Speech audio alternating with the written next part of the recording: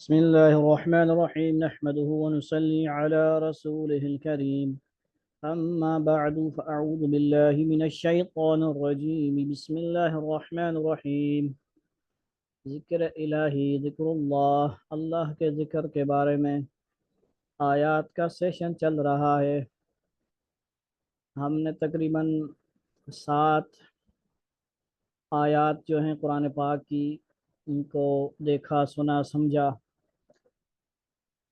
آج 8ویں آیت دیکھتے ہیں کہ اللہ کا قرآن ذکر کے حوالے سے کیا ہمیں پیغام دے رہا ہے۔ اعوذ باللہ من الشیطان الرجیم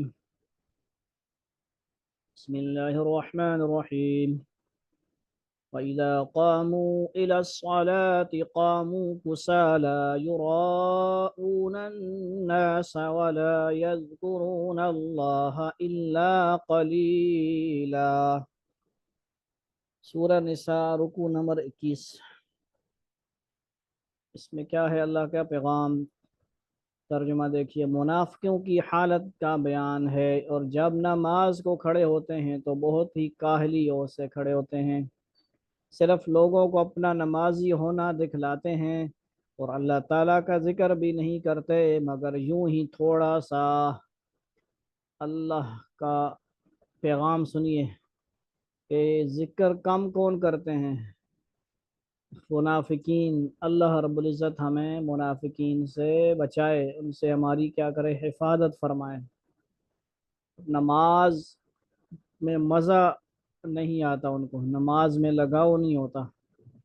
کیا ہماری نمازیں، ہمارا ذکر ایسا ہے کہ کیا ہم نماز ایسی پڑھتے ہیں کہ جان چھڑاتے ہیں، جلدی جلدی پڑھتے ہیں، سستی سے پڑھتے ہیں، جماعت چھوڑ دیتے ہیں، وقت نکال دیتے ہیں، جماعت کے بغیر پڑھ دیتے ہیں، قضا کر دیتے ہیں، کتنا بڑا گناہ۔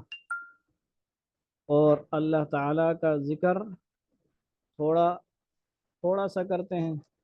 کیا ہم مسلمان ہیں، مومن ہیں، یا ہم کیا ہیں؟ یہ سوچنے والی بات ہے کہ ہم مومن ہیں، مسلمان ہیں۔ یہ آیت ہمیں کیا پیغام دے رہی ہے؟